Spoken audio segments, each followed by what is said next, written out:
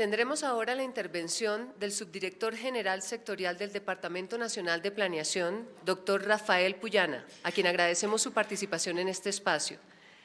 El doctor Rafael Puyana es profesional en economía, con maestría en economía y administración pública y desarrollo internacional. Trabajó en el Banco de la República, fue vicepresidente del Consejo Privado de Competitividad y actualmente es subdirector general sectorial del Departamento Nacional de Planeación. El doctor Rafael Puyana nos hablará sobre las políticas públicas y el desarrollo territorial en Colombia. Tiene la palabra, doctor Puyana. Bueno, buenos días a todos. Un saludo muy especial, un agradecimiento a CEPAL y en particular a Juan Carlos y Olga Lucía por la invitación y por la iniciativa de este proyecto que yo creo que va a tener implicaciones muy importantes para la equidad en Colombia y un avance en una agenda que yo creo que viene desde hace varios años. Un saludo muy especial también a Jessica Falleta y todo el apoyo que el PNV presta a Colombia y en particular al DNP. Y un saludo también a todo el auditorio, muchos colegas que de hecho son artífices de muchas de las cosas que yo voy a estar aquí presentando. Es un gusto verlos nuevamente. Voy a hacer una presentación que se va a enfocar en la visión territorial del Plan Nacional de Desarrollo. Esa presentación, que también fue construida por varios colegas que también están aquí en el auditorio, digamos, la voy a enfocar sobre todo en lo que creo que es interesante para esta discusión, que son cuáles son esas herramientas puntuales de política pública que nos ayudan a dar pasos concretos en avanzar esta agenda de entender los vínculos urbanos-rurales para construir y tejer territorios. De manera que no voy a hacer una explicación muy detallada de los términos generales del plan de desarrollo, seguro que ustedes me imagino que en algún momento en el último año lo han visto, entonces no voy a ir en mucho detalle en cómo está estructurado el plan de desarrollo, solo voy a dar unos términos generales y después voy directo a esas herramientas. Entonces, sobre estas políticas públicas, diría yo casi que políticas, aterrizarlo más a herramientas, y el desarrollo territorial en Colombia, el plan de desarrollo tiene un enfoque que está basado en esos tres grandes ejes estructurantes que son la equidad, el emprendimiento y la legalidad. La manera en que pensamos y construimos iniciativas que están en el plan de desarrollo estaban precisamente pensadas alrededor de cómo la interacción, los círculos virtuosos que se generan en la interacción entre legalidad, emprendimiento y equidad realmente nos permiten pensar en herramientas que tienen un fin último y un fin central de ese plan de desarrollo, que es acelerar y retomar el cambio social, entendido como la disminución de la pobreza, la consolidación del grupo de ingresos de clase, digamos, del grupo de ingresos medios y en últimas la igualdad de oportunidades. Y creemos que la interacción y los círculos virtuosos que se generan entre estos tres, por eso lo presento así de esta forma con un diagrama de Venn, es el tipo de cosas en donde un plan de desarrollo puede agregar valor y crear disposiciones que realmente nos permitan esa interacción virtuosa entre los tres. Y si ustedes piensan en cuáles son algunos ejemplos de temáticas que son un reflejo de esa interacción entre legalidad, emprendimiento y equidad, yo creo que la conexión y los vínculos de los territorios es un ejemplo perfecto de cómo le estamos pegando a esos tres. Digamos, la construcción de instituciones legitimadas con acceso a seguridad y justicia en todo el territorio nacional, las oportunidades de emprendimientos y de desarrollo de tejidos empresariales formales en el campo y en las ciudades y el acceso a oportunidades formales y estables de ingreso para generar oportunidades en la equidad es precisamente donde confluye toda esta, digamos, esta estrategia de desarrollo territorial y de conectar a los territorios. Es entonces un ejemplo de cómo los tres elementos pueden interactuar y ese es el tipo de cosas que queremos llevar al plan de desarrollo. Entonces, de nuevo, no les voy a presentar el plan en código de cuáles son los capítulos, etcétera, sino más bien quiero hablar de cuáles son las herramientas que creo yo que son virtuosas y que quedaron en el plan de desarrollo. Y precisamente en esos tres elementos de legalidad, emprendimiento y equidad hay una serie de herramientas principales, algunas están relacionadas con la provisión de bienes públicos, otras con una política social moderna, muy centrada en la formalización laboral y empresarial, unos temas de mejora regulatoria, de gestión pública efectiva y de transformación digital, pero me voy a centrar aquí en esta herramienta que denominamos en el plan Conectar Territorios, Gobiernos y Poblaciones, que es de nuevo donde creo yo que ejemplifica perfectamente esa interacción entre legalidad, emprendimiento y equidad. Entonces, para centrarme en esa herramienta de conectar territorios, gobiernos y poblaciones, entonces arranco la discusión con la importancia de las sinergias territoriales. Y de aquí voy a tomar, digamos, precisamente esa línea de tiempo que mencionaba Juan Carlos en su discurso, y es que este es un tema que se viene construyendo, digamos que analíticamente desde hace un buen tiempo en Colombia, y que probablemente arrancó, digamos, de una manera ya formal con la misión del sistema de ciudades, en donde precisamente ese entendimiento de que los vínculos y las relaciones funcionales en el territorio superan los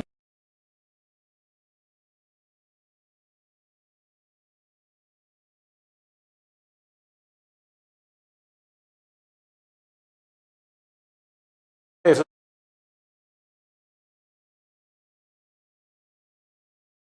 picos y valles, de picos en términos de generación de productividad, de riqueza, de concentración de la población, y el resto, digamos, un país de valles que empezamos, digamos, ahorita vamos a hablar de esos valles y de esas zonas rurales, pero en términos de esa generación de picos de alta productividad y concentración del valor, la forma de entenderlo desde el punto de vista de la misión de ciudades fue acercarse al concepto de aglomeraciones urbanas definidas con una región funcional con base en conmutación laboral diaria, en donde, por ejemplo, una aglomeración urbana, que es la que identifica el sistema alrededor de Cali, podemos identificar de manera clara cuáles son aquellas relaciones de conmutación laboral que nos muestra dónde está ese tejido, digamos, funcional alrededor del municipio central que es Cali. Y, por ejemplo, para este caso, cuando uno empieza a mirar no solamente el caso, digamos, evidente de Cali y Yumbo, sino su conexión con Palmira, con Buga, con Tuluá, realmente lo que vemos es una aglomeración de 10 municipios de casi 3 millones de habitantes que operan de manera funcional, generando valor alrededor de este sistema. Entonces, con esa metodología es que efectivamente surge el sistema de ciudades que comparten relaciones funcionales, 152 municipios que conforman este sistema, en donde cuando miramos a aquellos que tienen más de 100.000 habitantes, resultan de la metodología 18 aglomeraciones urbanas compuestas por 113 municipios y una serie de 16 municipios uninodales, complementado con algunas ciudades capitales y funciones subregionales de municipios de menos de 100.000 habitantes, pero que en últimas ya nos da una primera visión a lo que son las relaciones funcionales urbanas. Entonces eso fue como el primer paso en la construcción, digamos, de esta visión funcional del territorio. La siguiente pregunta evidente era, bueno, aquí estamos ya con un mapeo de ese sistema de lo que es el desarrollo urbano, pero ¿qué pasa con esa otra mancha verde que llamamos lo rural? Y allí entró la misión del campo. La misión de transformación del campo precisamente comenzó a entender cómo era esa dispersión, esa heterogeneidad y ese desarrollo rural en el país. Y una de las muchísimas conclusiones que entregó es precisamente una visión de 4 categorías de ruralidad que han servido también como un insumo para entender cómo operan las relaciones funcionales, digamos, por fuera de ese ámbito urbano. Precisamente, si ustedes miran, aquí están más o menos las 117 ciudades y aglomeraciones que tenemos por una parte en la zona gris del país, que corresponde casi perfectamente con el sistema de ciudades, y después una serie de distribuciones de las zonas rurales en esas categorías de ruralidad que también nos permitieron entender como país una serie de elementos claves, como por ejemplo que cuando empezamos a entender esa ruralidad en la medida en que entramos en esos distintos niveles de ruralidad, por ejemplo, las incidencias de la pobreza se vuelven mucho más profundas, como lo vemos en este caso en las incidencias de pobreza por IPM, e incluso podemos tener cálculos más especializados por cada una de las regiones y de las categorías de ruralidad, en donde vemos claramente que en la medida en que comenzamos digamos, a ingresar más profundamente en esas categorías de ruralidad, las incidencias de pobreza monetaria y de pobreza extrema, la incidencia de la desigualdad en términos del ingreso y también el ingreso per cápita, que refleja no solamente los salarios sino la productividad, pues también lo que vemos es unas realidades rurales mucho más cercanas a lo que es esa Colombia profunda, y precisamente nos empieza a completar el panorama de lo que es el territorio. Ahora, con eso en mente, ¿cuál era el siguiente paso para, digamos, en la construcción de esta visión territorial? Pues precisamente entender cómo ese sistema de ciudades y este entendimiento de la ruralidad podía empezar a mostrarnos formas de la generación de vínculos urbanos-rurales. Ahí digamos que el trabajo de los equipos de planeación nacional, pero también con RIMISP y la CEPAL, ese tipo de construcción conceptual nos llevó precisamente a la visión territorial que llevamos al plan de desarrollo, en donde después de esa primera visión del sistema de ciudades y de entender las categorías de ruralidad, comenzamos a pensar más fuertemente en esquemas de subregiones funcionales. Esos sistemas de subregiones funcionales tienen en cuenta varios criterios como para armarse, sobre todo alrededor de esos tres grandes componentes de contigüidad, de flujos y de influencia. Esto, digamos que uno de los elementos centrales es, por ejemplo, tiempos de desplazamiento entre las distintas regiones, pero la verdad la metodología va mucho más allá que eso y tiene en cuenta, por ejemplo, continuidad de sistemas que comparten las regiones y la importancia de los ecosistemas y cómo los ecosistemas en sí mismos comienzan a configurar una subregión funcional. Tiene en cuenta, por supuesto, la conmutación laboral también como un elemento, pero más allá de conmutación laboral, digamos, por ejemplo, conmutaciones o flujos para acceder a servicios de salud y de educación. Y también tener en cuenta otros elementos como la contigüidad o la existencia de clústeres tanto agropecuarios como no agropecuarios. Toda esa serie de elementos alrededor de esas categorías de contigüidad, flujos e influencias es lo que determina y en últimas hace la conexión entre estas dos visiones y es lo que nos lleva a la visión que quedó ya en el plan de desarrollo de unas subregiones funcionales. Y unas subregiones funcionales que precisamente nos muestran una manera, digamos, muy interesante para poder aterrizar y tener mayor impacto en las políticas públicas cuando la llevamos a nivel territorial. Entonces, esta visión, digamos que nos permite, como ya lo dije, generar políticas públicas con mayor impacto, nos permite contribuir a una mejor focalización de la inversión porque podemos entender claramente, digamos, cómo esa inversión entra en un sistema que está funcionando de manera económica, social y ambiental. Nos permite promover la asociatividad de entes territoriales para aprovechar, por ejemplo, economías de escala de esas inversiones y nos permite definir un nivel territorial intermedio relacionado también con esta idea del meso entre departamentos y municipios para realizar y para implementar políticas públicas. Entonces, con esta nueva caracterización lo que obtenemos es una serie de tipologías de subregiones que además está pues, alineada con la tipología regional de OECD, en donde tenemos un 53% de subregiones funcionales, estas 12 que son predominantemente urbanas, y ahorita van a ver cómo se mapea eso con el sistema de ciudades, una serie de subregiones intermedias, el 23%, y una serie de subregiones que son predominantemente rurales, 31, que son estos colores como marrón, que están cercanas a la ciudad, y 32 que son rurales remotas. Yo creo que aquí hay una discusión que ya comenzamos a tener y es si queremos precisamente desarrollar vínculos urbanos rurales, pues podemos comenzar a concentrarnos probablemente en estos dos grupos de 31 subregiones cercanas a ciudad y 26 subregiones intermedias en donde comienzan a forjarse esos tejidos con el desarrollo urbano. Y precisamente cuando hacemos ese mapeo con las aglomeraciones en el sistema de ciudades podemos ver que digamos, podríamos tener también algunas apuestas de poder jalonar crecimiento desde esas aglomeraciones urbanas y que esas aglomeraciones urbanas sabemos cuáles son sus áreas de influencia en términos de esos subsistemas y de esas subregiones funcionales. Entonces, digamos, hacia allá nos estamos moviendo en términos ya de empezar a implementar esta metodología que quedó en el... En un segundo les muestro cómo estamos comenzando a establecer herramientas para utilizarla. Entonces, con esa introducción,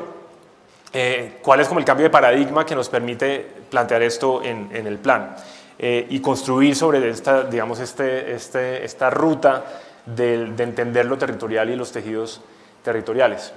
Pues lo primero es que, digamos, hay un cambio en el paradigma de la formulación de políticas públicas. Creemos que es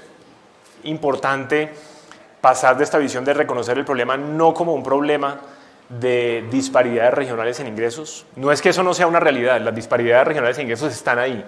pero probablemente el problema tenemos que empezar a entenderlo más en términos de esa funcionalidad de los territorios y entenderlo más en términos de fallas, cuellos de botella, en términos de esa competitividad regional.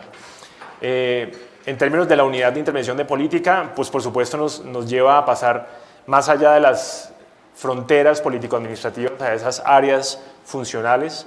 y en términos generales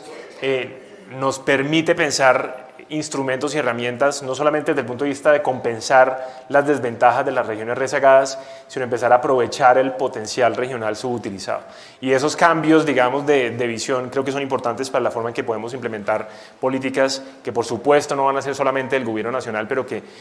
podemos ayudar a promover desde la nación. Y eso nos llevó a que en el plan de desarrollo, cuando hicimos la distribución de las regiones para los distintos enfoques del plan, llegáramos a 9 regiones cuyos capítulos denominamos esos 9 pactos territoriales, cuyo primera pregunta que llevamos a la construcción del plan, que fue una construcción realmente desde las regiones, fue convocar a los actores regionales y locales que han pensado precisamente en los cuellos de botella de competitividad y de potencial territorial que tienen esas regiones para que ese fuera como el primer punto de partida de la discusión y así, digamos, se conformaron como los objetivos que cada una de las regiones estableció para el capítulo del plan de desarrollo. Y en segundo lugar, lo que hicimos es que dimos un siguiente paso en la generación, digamos, de contratos plan. Podemos pensar esto como un contrato plan ya no de tercera generación como los que se venían implementando, sino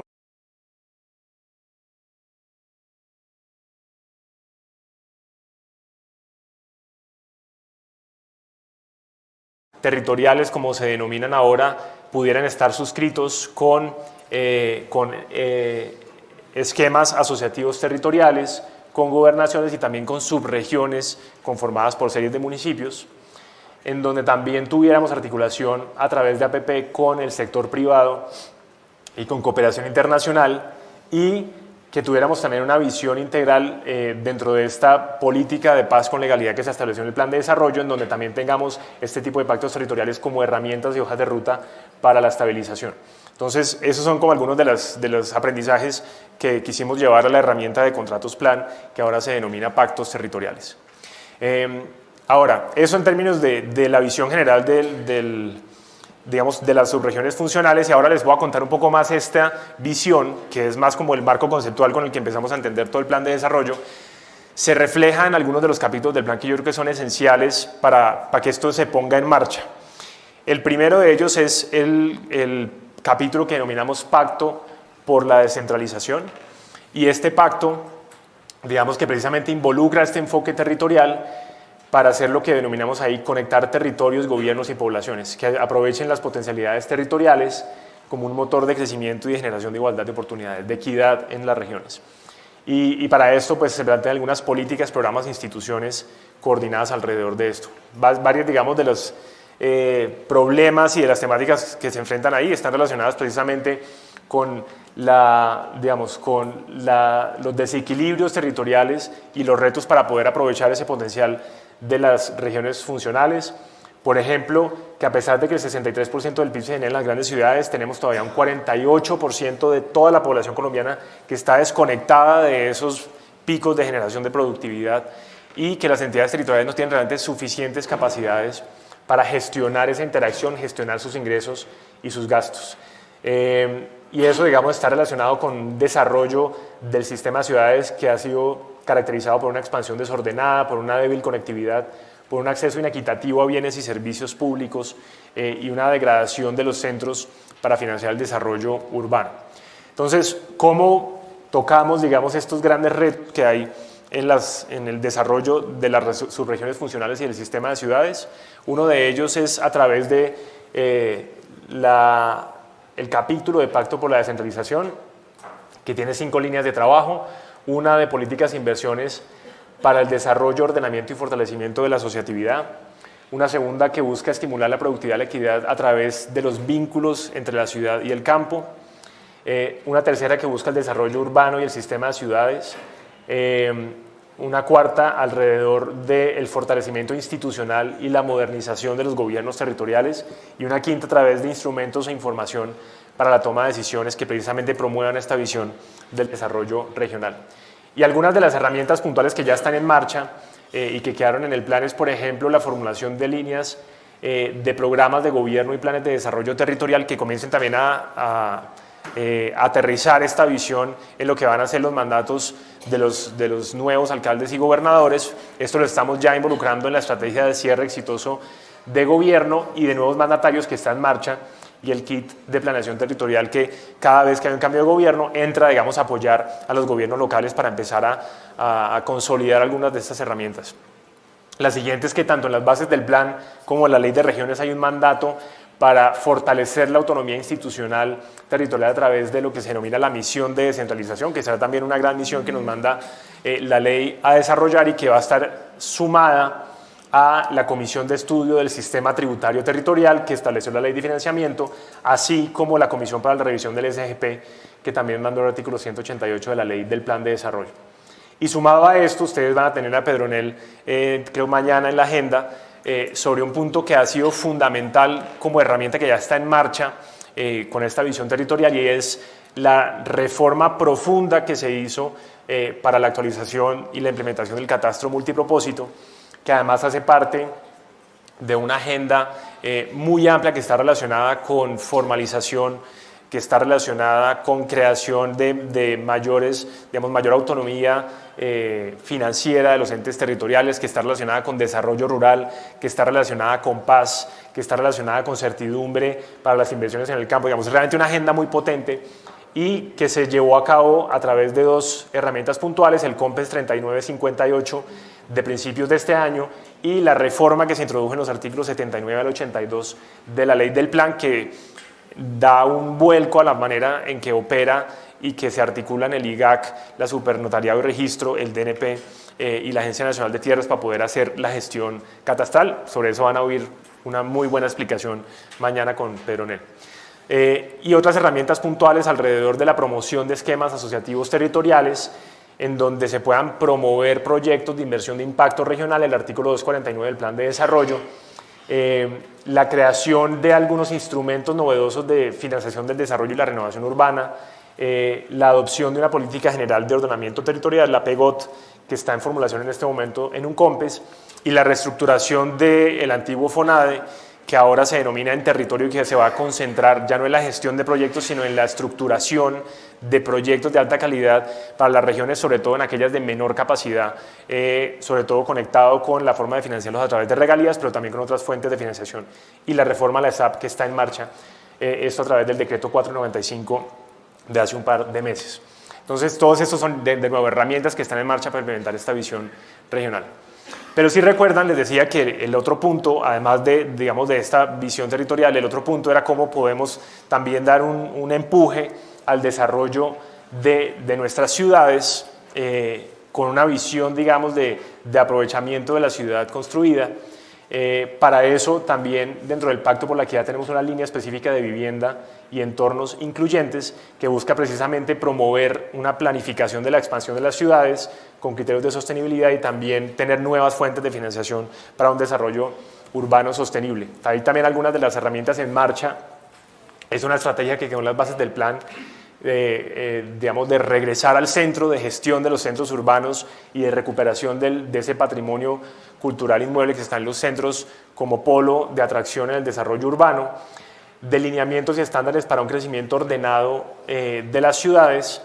y también con la formulación de un Estatuto Nacional de Instrumentos de Financiación del Desarrollo y la Renovación Urbana. Aquí tenemos también un artículo en el Plan de Desarrollo que permite financiar con la estructuración de títulos la renovación urbana y los proyectos de renovación urbana, un instrumento que ya comenzó a estudiar fuertemente en Medellín, por ejemplo, para empezar a financiar algunos proyectos de renovación que antes no hacían cierre financiero. Y eso, digamos, con respecto a la generación o la consolidación de las ciudades como polo de productividad y de equidad. En segundo lugar, esa conexión de las subregiones funcionales pues implica que también pensemos para la ruralidad, como implementar también herramientas y estrategias que nos permitan desarrollar y aprovechar esos vínculos urbano-rurales. Y por eso, en la línea de política de campo con progreso del plan de desarrollo, también hay una serie de estrategias, por ejemplo, para dar tenencia y propiedad de la tierra con seguridad jurídica. Ahí está, digamos, el core de lo que es la gestión del catastro multipropósito y el esquema de formalización de tierras.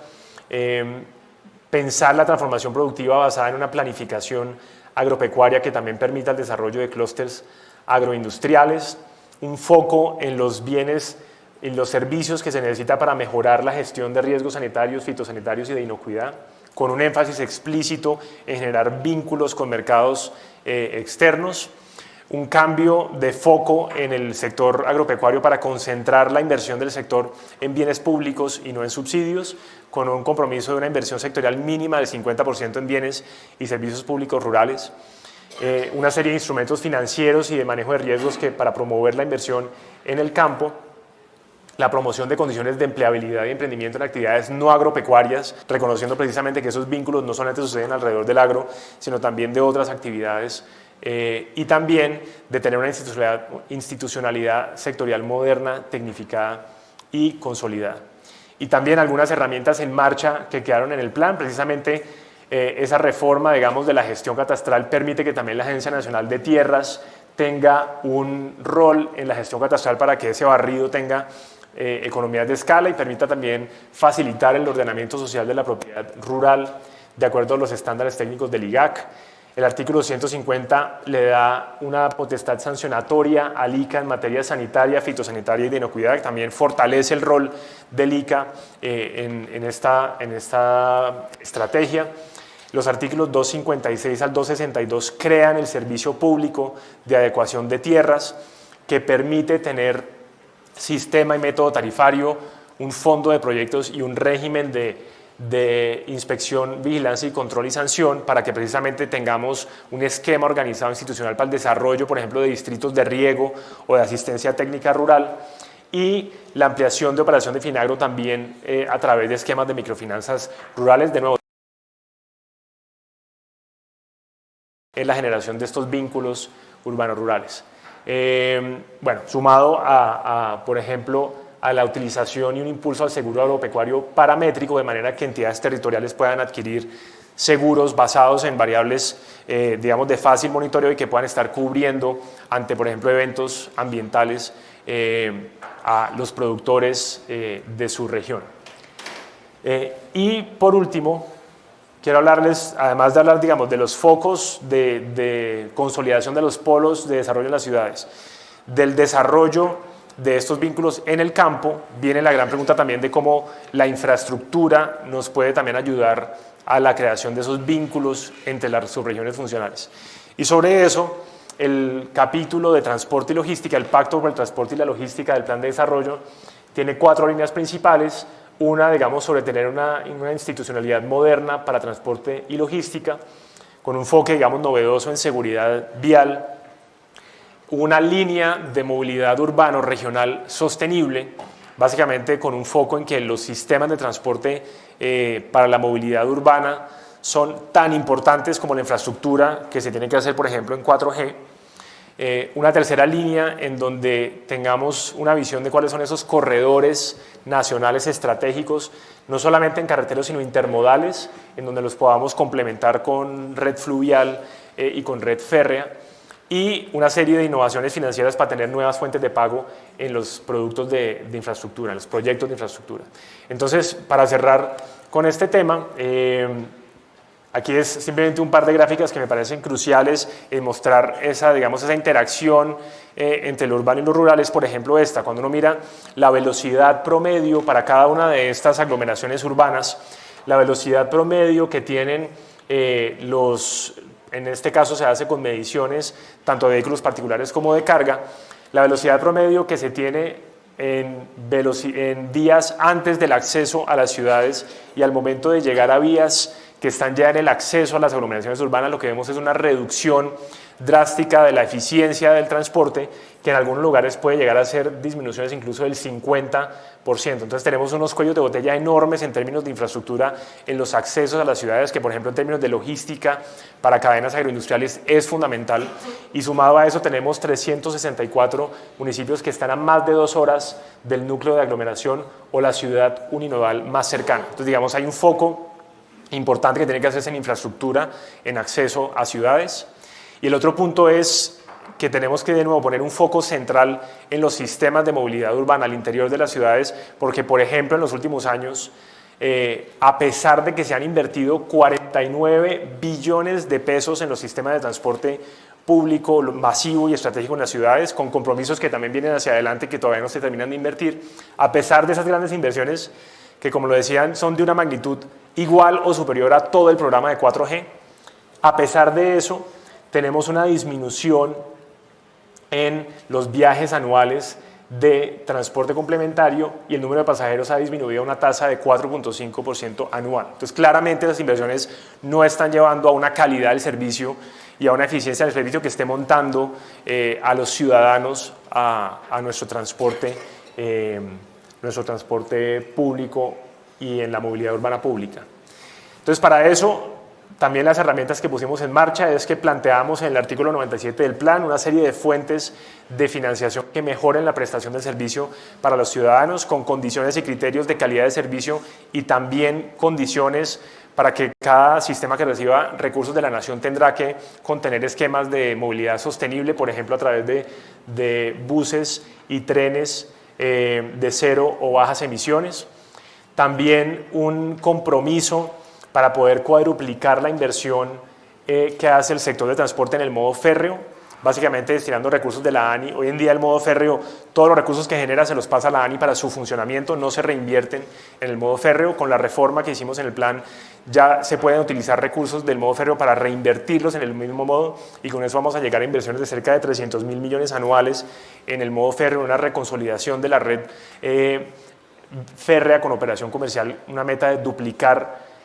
los kilómetros que van a estar en operación comercial al 2022, un enfoque en que la eficiencia en el transporte también considere la importancia de la seguridad vial, con una meta de salvar más de 5.000 vidas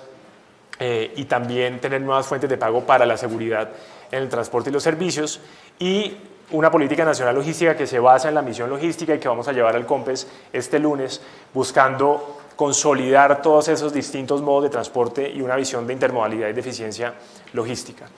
Entonces, con todo eso, cierro